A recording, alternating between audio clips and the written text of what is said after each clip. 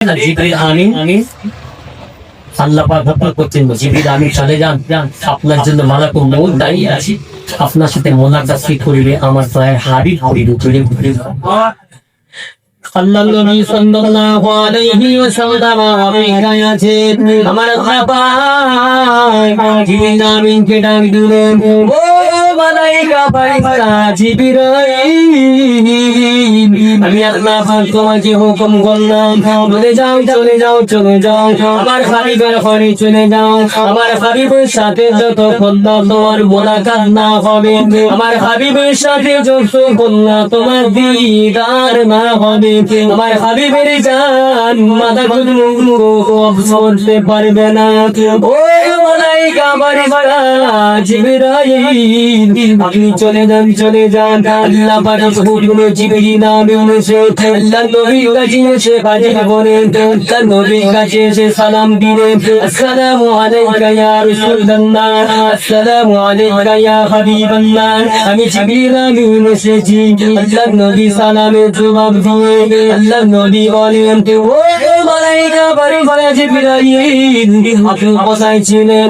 আমার মাথার ধারে মালাকুল মউত দাঁড়িয়ে দাঁড়িয়ে দাঁড়িয়ে দাঁড়িয়ে অপেক্ষা করছিল, আমার জান মুবারক আনাটা কষ্ট করবে বলে এসেছে, এই মুহূর্তে দাঁড়িয়ে দাঁড়িয়ে অপেক্ষায় ছিল। আমি আপনার জন্য অপেক্ষা করেছিলাম, আরে মালাকুল মউত আমার জান কবজ করতে বলে অপেক্ষায় আছে। আর বুঝাবে বলে বলো মালায়েকা ফারিস্তা জিবরাইল, এই ব্যাপার আসলে করলেন কেন? জিবরিল আমিন ওই সময় বললেন, ইয়া রাসূলুল্লাহ ইয়া হাবিবাল্লাহ, এই জন্য আমি অপেক্ষা করছিলাম। আল্লাহ পাক আমাকে হুকুম করলেন, ও মালায়েকা ফারিস্তা জিবরাইল, এই মুহূর্তে আপনি চলে যান চলে যান, আমার হাবিবের জান মোবারক খানা মালাকুল মউত নিয়ে আসবে। আমার হাবিবের জান মোবারক খানা মালাকুল মউত কবজ করতে গিয়েছে নিয়ে আসবে। আর আমার মালাকুল মউত যখন জান মোবারক খানা নিয়ে আসবে, আরে জাহান্নামের দরওয়াজা খোলা থাকবে, এটা বিনোদিন হতে পারে না পারে না পারে না। ও মালায়েকা ফারিস্তা জিবরাইল, আমি আল্লাহ পাক হুকুম করলাম, চলে যাও চলে যাও, আমার হাবিবের খাতিরে সাতখানা জাহান্নাম আমি আল্লাহ পাক বানিয়েছি। আমার হাবিবের খাতিরে সাতখানা জাহান্নামের দরওয়াজা আমার হাবিবের খাতিরে বন্ধ করে দাও।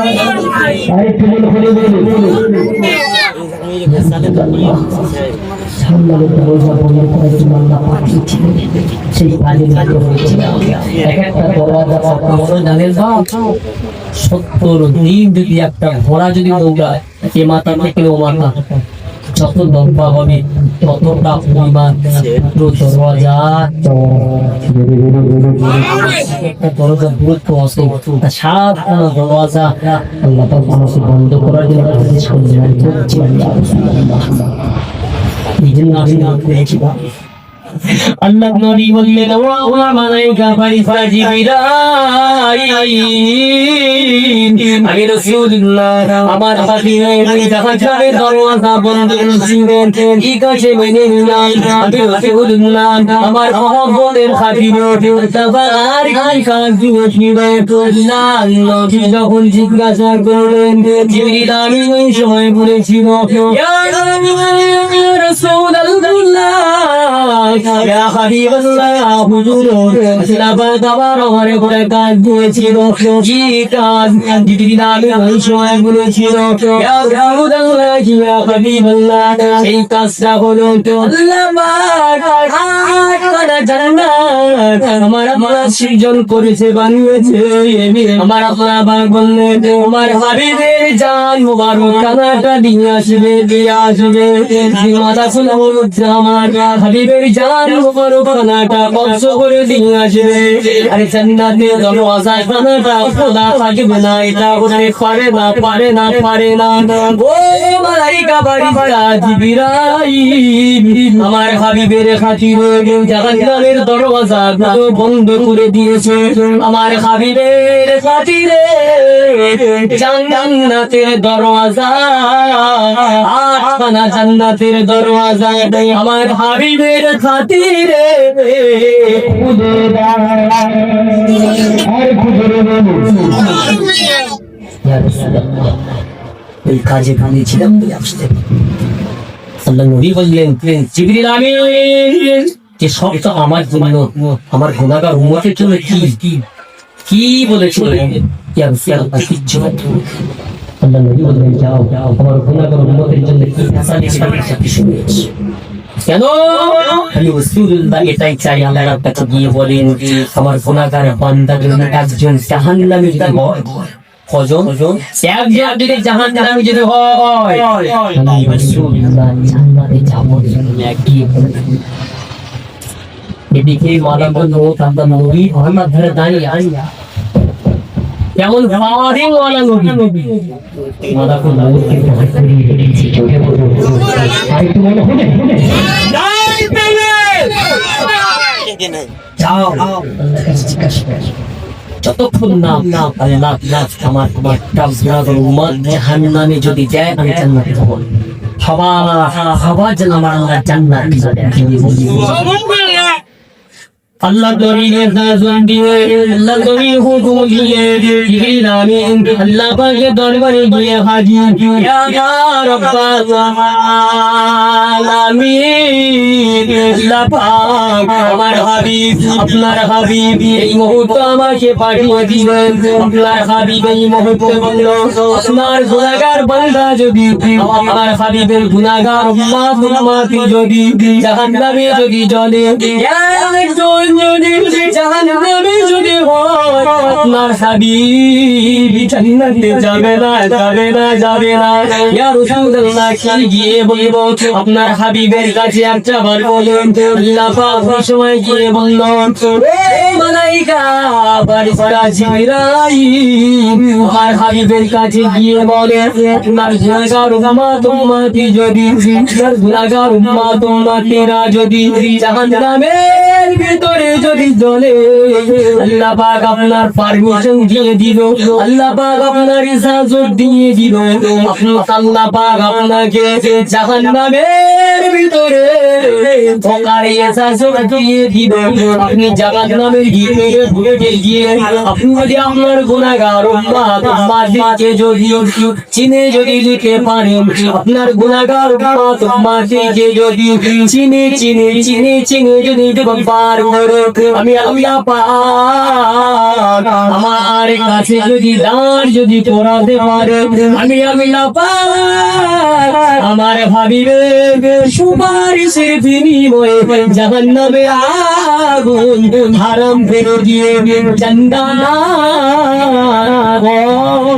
জীবি করে দেবে আর কোনো আর ক্রিয়া করে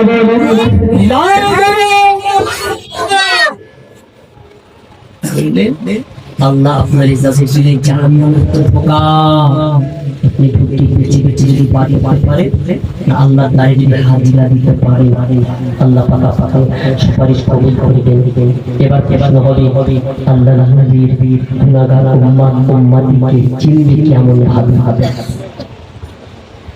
কাঁধে পারবে না আল্লাহ নবী বলে তাদেরকে চিনে নেওয়া যাবে যারা আল্লাহর ইবাদত করার জন্য উঁচু পড়ে জোরে বলা যাবে না করে নামাজ পড়ার দরকার আছে না নাই বাবা যদি মরি পড়েন না নবী আমার চেনার দরকার নাই তার নামাজ পড়ার দরকার নাই যদি বলেন না নবী আমার চিনে নেই তাহলে উযু বানিয়ে নামাজটা আদায় করে যদি আল্লাহ পাক ওই সময় বললেন, ও মালাইকা ফেরেশতা জিবরাইল, আমি আল্লাহ পাক আমার হাবিবের ইজাজত দেওয়া হবে কাল কিয়ামতের ময়দানে মাশাআল্লাহ আমার হাবিব জাহান্নামের ভিতরে যখন ঢুকে যাবে, কালো ঘোড়ার ভিতর থেকে যদি একটা সাদা ঘোড়া যদি থাকে, বলুন তো বাবাজি, 1000 কালো ঘোড়ার ভিতর থেকে একটা যদি সাদা ঘোড়া থাকে, ওই সাদা ঘোড়াটাকে চেনা যাবে কি যাবে? হ্যাঁ কি না বলুন? যাবে। আল্লাহ নবী বলে, আমার গুনাহগার উম্মতীরা যদি 5 ওয়াক্ত নামাজ আদায় করে, তাদের হুজুর অঙ্গ চেহারা মুবারকখানা হাত দিয়ে যে সমস্ত পানি দিয়ে ধৌত করে, মুখমণ্ডল ধৌত করে, হাতের চিহ্ন পর্যন্ত ধৌত করে, মাথা মুসাফা করে, পায়ের নেফুর গাঁট পর্যন্ত ধৌত করে। আল্লাহ নবী বলে, ওই সমস্ত আমার গুনাহগার উম্মতীরা জাহান্নামের ভিতরে যদি জ্বলে, জাহান্নামের ভিতরে যদি পড়ে, কিন্তু তাদের হুজুর অঙ্গ প্রত্যঙ্গটা নূরের মতো ঝলমল ঝলমল করতে থাকবে। আর কি